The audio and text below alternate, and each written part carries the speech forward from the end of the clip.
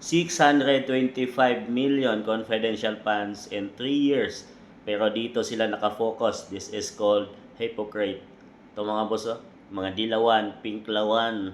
Dito, nakapokus sila kay BP Inday Sara sa 625 million. Mga boss, talagang galit na galit sila at pinaglalaban nila ngayon na mali ang paggamit ng Vice President. Kahit pa may COA report na mga boss.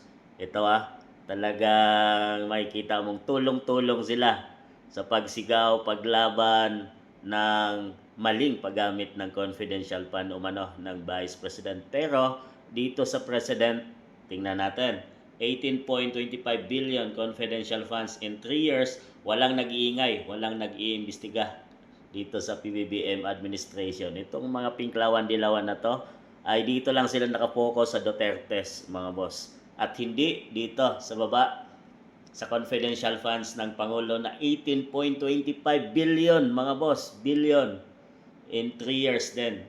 So, wala silang ingay at sinasabi nilang tama ang paggamit ng Pangulo sa kanyang confidential funds. Pero dito, talaga sila nakapokus, mga boss. Bakit?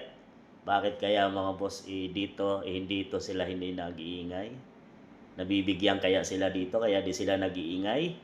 Sagana kaya sila dito, kaya di sila nag-iingay? Malaya kaya sila dito, kaya hindi sila nag-iingay?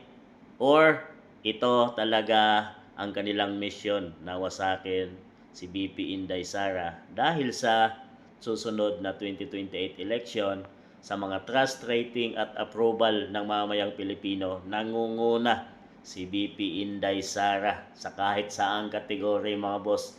Sinisigaw ng mamayang Pilipino, BP Inday Sara for 2028 President. So ano sa tingin niyo, mga boss?